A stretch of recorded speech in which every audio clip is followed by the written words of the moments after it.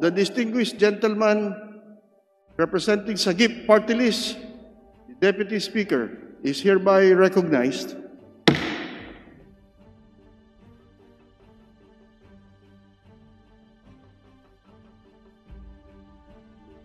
Thank you for the confusion, Mr. Speaker.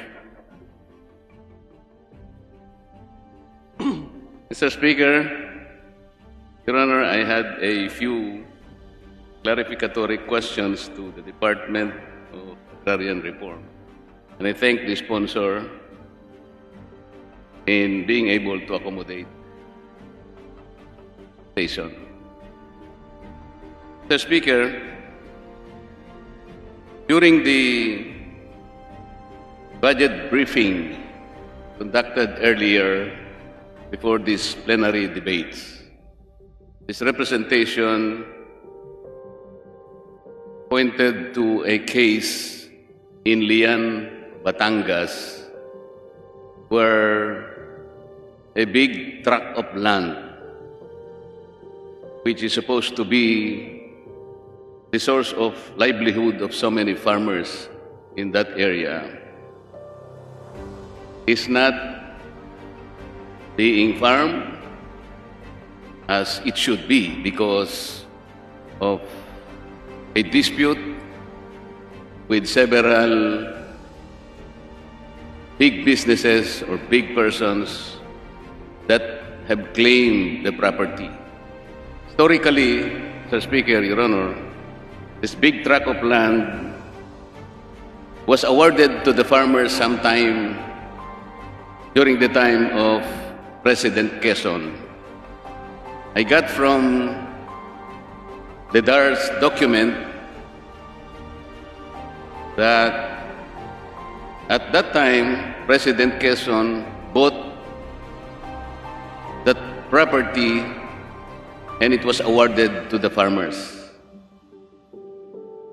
For reasons that cannot be explained, Mr. Speaker, some enterprising individual were able to title or put the titles of that property into their names. These are big people, these are big persons, big businesses. I will probably mention some of them, Mr. Speaker. Mr. Menardo Jimenez, I think is one of the owners of GMA7, is occupying 78.4 hectares. Raymond Moreno, 70 hectares. Phil Estate and Mega World, 156 hectares. Eggy Garcia, 40 hectares. And Santa Lucia Realty, 193 hectares. Mr. Speaker, Your Honor, there is already a final and executory decision by the Office of the President. In that final and executory decision, it was ruled that the Solicitor General should have those titles cancelled in order for the farmers to be installed.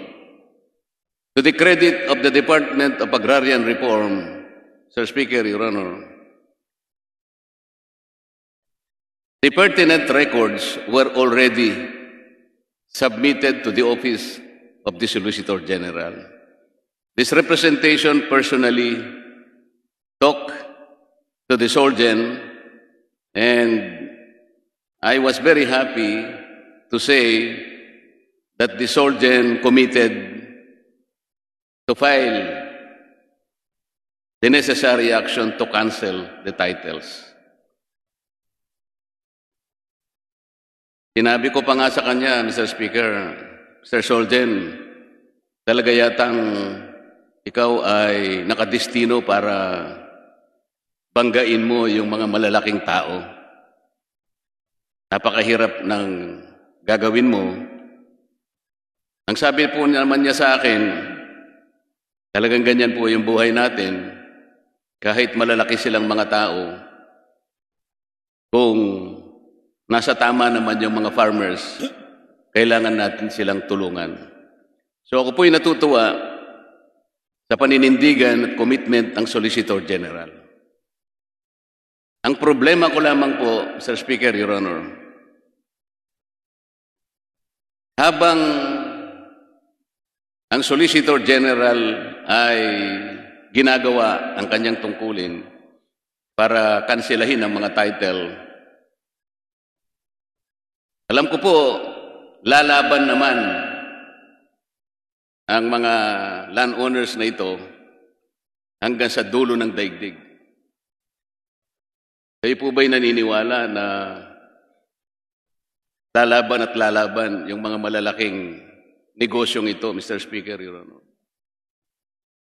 Thank you, Mr. Speaker, for the sincere manifestation of our House stalwart, Congressman Marcoleta. Yes, naniniwala po ako personally na lalaban yung mga may-ari na yan. Ang totoo nga po, Mr. Speaker, sa ngayon, kaya hindi makagalaw ang mga farmers sapagkat meron silang mga security guards na nakabantay doon sa lupain na yon. Kaya pati po yung joint resolution na ginawa ng DAR, kasama na po ang PNP, kasama na po ang AFP at saka yung DILG, ay parang hindi nagkaroon ng bisa sapagkat mukhang mas malakas yung mga private security guards na in-install ng mga malalaking tao na sila ngayon ang nag-occupy sa lupa na yan. Ngayon po, Mr. Speaker, kung naniniwala po kayo na talagang lalaban sila sapagkat napakalaking tipak ng lupa ang pinag-uusapan natin dito, paano kaya ang magiging kalagayan ng mga kawawang magsasaka na dapat sana ay sila ang nakikinabang o pinakikinabangan, kaya ang lupa naman na matagal nang nai-award sa kanila, bigla lang nawala at ngayon ay muling ibinalik sa kanila, ngunit dadaan pa po sa isang napakatagal na proseso. Mr. Speaker, Your Honor, with the dynamic leadership of Secretary John Castigliones, ngayon po, meron pong DOJ na nagpipreparar ng kaso para sa cancellation ng mga titles na yan. Yun nga po, Mr. Speaker, maaari pong ginagawa na po ng Solicitor General, maaring tumulong na rin po ang DOJ para sa ikadadali. Kaya lamang po, yung mga abogado ng napakalaking mga kumpanya na yan, na sila ngayon ang naka-occupy diyan sa lupa na yan, lahat po ng mga librong legal, maaaring kuhanin nila para gamitin at ibato sa Solicitor General, baka pati lahat ng libro ng Library of Congress sa Washington, D.C. ay kukunin lahat para yan ang gawing pananggalang sa aksyon na gagawin ng Solicitor General. Ito po ang napakalaking problema. Sapagkat alam naman po ninyo ang proseso ng judicial process natin dito sa ating bansa, talagang pabagalan, at sa laki po ng impluensya ng mga taong ito, nalulungkot po ako sapagkat kahit masigasig, kahit na seryoso ang ating Solicitor General, talaga pong nakaamba ang kalaban sa kanya na napakaraming mga abogado ng mga malalaking taong ito. Na para ko nang nakikinikinita po na ang kalagayan po ng mga farmers ay baka hindi na po sila makapaghintay sapagkat 1940s pa po ito. Mas matanda pa po ito sa Hacienda Luisita nung unang i-award ni Presidente Quezon, hanggang ngayon po ay pinagtatalunan pa. Sana po, Mr. Speaker, makahanap tayo ng panandaliang kaparaanan na habang nililitis o inaaksyonan ang pagkakancel ng mga titulo, makagawa man lang tayo ng paraan napayagan ang mga farmers. Sapagkat alam ko po naman na sila talaga ang nanalo, makinabang man lamang sila habang nililitis po ang usapin tungkol dito. Sapagkat alam ko, mahabang panahon po ang kanilang magiging paghihintay dito, Mr. Speaker. Thank you, Mr. Speaker. The good secretary will hopes to cancel the titles, Mr. Speaker, and reallocate the lands to the concerned tenants, Mr. Speaker. Mr. Speaker, Your Honor, lilinawin ko lamang po. Wala pong kaso na talagang yan pong mga titulong yan ay makakancel sapagkat yun po ang desisyon ng Office of the President. Lamang, ang legal process po na kinakailangan ay maghahain ang Solicitor General ng action for cancellation. Yun po ang prosesong kinatatakutan ko na magiging matagal sapagkat malalaking mga tao lalabanan po ang aksyon na yan ng Solicitor General. So ang mangyayari po niyan, magbibilang po tayo ng napakatagal na panahon hanggang yan po ay mapasakamay ng mga magsasaka. Ang tanong ko po, habang naghihintay po tayo sa napakatagal na prosesong ito, ano naman po kaya ang maasahan ng mga magsasaka? Yun po yung aking itinatanong, kung meron tayong naiisip na paraan na payagan ang mga farmers, sayang po ang pagkakataon, ang lupa po ay nakatiwangwang. Dito makikita po natin ang pagkakaiba ng maliit at hamak na magsasaka laban sa isang makapangyarihan na tao na nagme-may-ari ng malalaking kumpanya. Dito po masusukat, Mr. Speaker, Your Honor, yung tinatawag nating social justice. Saan po papasok ang social justice sa pagitan ng dalawang nag-uumpugang interes?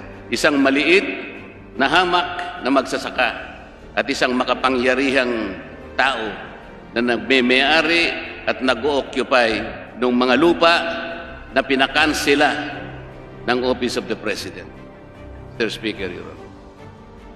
Mr. Speaker, with the vigilance and persistence of the good secretary and our stalwart, the good Dante Marcoleta, I hope we see the light of day in this case, Mr. Speaker.